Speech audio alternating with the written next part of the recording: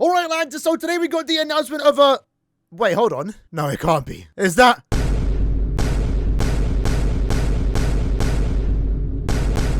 Every day we are getting more signs of an anniversary Rukia, but before that, we have the return of a previous Rukia that we wanted for the anniversary, the 9th anniversary. Didn't quite get that, but Renji, Byakuya, and Rukia are returning. They will be here for the next week, starting tomorrow all the way till the 11th. And this is going to be the start of many popular banners that are going to be returning over the next 2 or so weeks, leading up to the anniversary, which again is happening July 22nd. So you're probably going to get a lot of videos from me going over these upcoming banners and most likely saying the same thing, that you should probably skip, especially this one in particular, that we're likely going to be seeing it now for the last time before these characters do become fillers. Like always though, if you are fans of these characters, all 3 of them are actually really cool. I mean, it is fan favorite units. It's BANKAI RUKIA, Enhanced Shikai Byakuya, and also BANKAI Renji. This was one of the bigger banners of last year, so I would understand where if you are new to the game, you might want to summon, but I feel like right now, just due to the timing,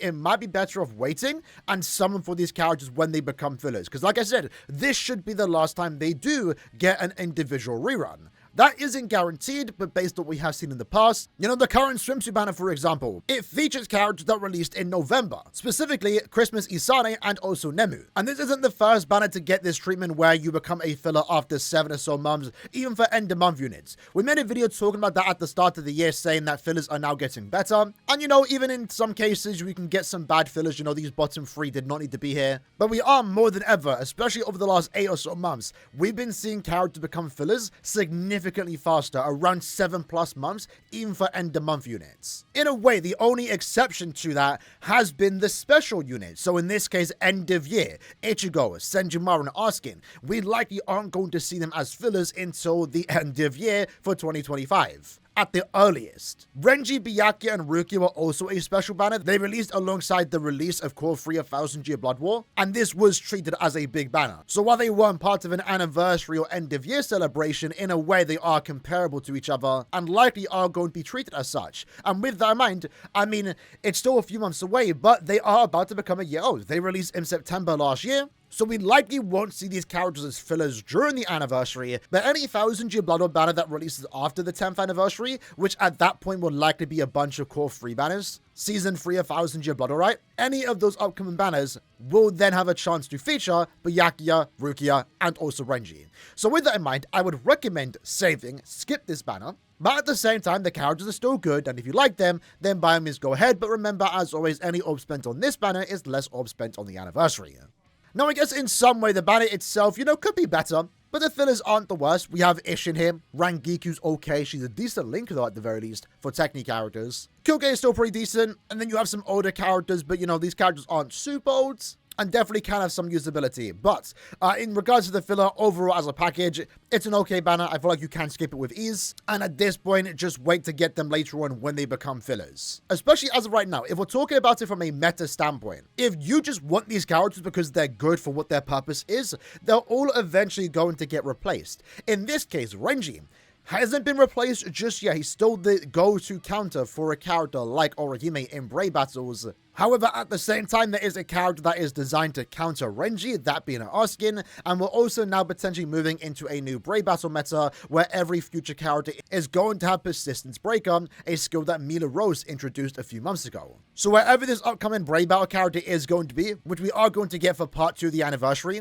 if you need a Bray battle unit, I'm sure they're going to work different compared to, you know, this particular Renji, but they're going to be significantly more impactful for your team over a character like Renji right now. A character like Rukia, still an amazing character for Guild Quest. I'm personally still using her, but she's already technically been replaced with a character like Mayuri, who recently just came out. Granted, you can use both in the same Guild Quest team, and I think the best team for that phase does consist of both, so Rukia has a bit more usability, right? But now there is a new character out there that can fulfill the role that Rukia does fill. And then lastly for Byakuya, he's one of the more impressive characters from this banner, the main headliner of this banner, right? And one of the special things he had going for him was the ranged human guild quests. But judging on the current Guild Quest schedule, where keep in mind this doesn't necessarily confirm anything, but what we do know is that Caleb likes to release characters alongside any currently active Guild Quest phase, and given that the anniversary seems to start on the 22nd of July, it's very likely that part 1 of the anniversary, the main anniversary headliners, could feature a ranged human killer and therefore be the replacement for 1000G Blood or Byakuya.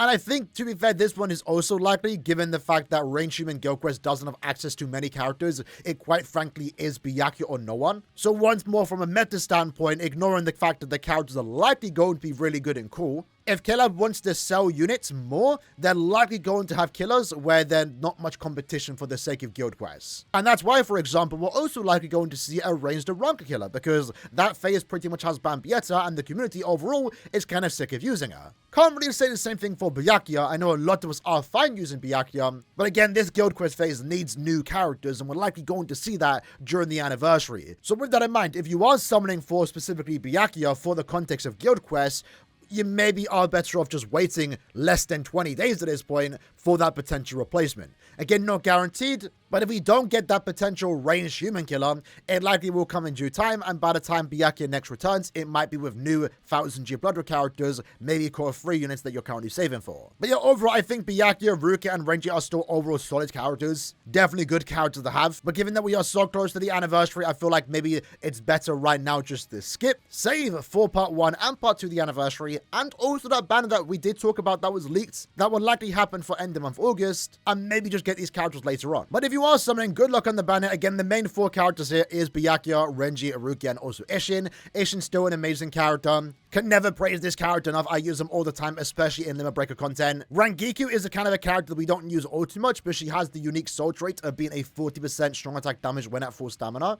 That's actually pretty good. Kyoge's a fun unit. Yama doesn't really see much usability nowadays. Ichigo is kind of just there, an overall good unit, maybe for Senkamon content, but nothing other characters don't do. And then 10 years later, Rukia is more of a collector's item, but a fun character nonetheless. And Rukia fans, you have a lot going for you this month, right? 2 Rukias returning right now. We had Rukia in a previous banner that I got too many times, and then we potentially, not guaranteed, have an anniversary Rukia later this month. So even if you are a Rukia fan with limited orbs, maybe skip this Rukia for the upcoming potential original design Rukia that is happening, and again, get this character later on. Unfortunately though, in terms of the banner schedule, there won't be a situation where we know what the upcoming anniversary is going to be while this banner is out. On the 10th of July, maybe a few days earlier, we should get the announcement of the upcoming BANKAI livestream, which is when these characters are going to get revealed, but that live stream likely won't happen until like the 18th at the latest. But either way, hope you guys enjoyed this short video going over this upcoming rerun. I feel like I should talk about it given that the anniversary is so soon and these characters are quite big named units, and I can understand why you might want to summon for it. Again, feel free to summon if you want to. For me, and I think for most people, are going to skip because I feel like it's the best thing to do, but there's no problem summoning this banner if you really want to. Either way, I'll see you guys next time. Take care and peace.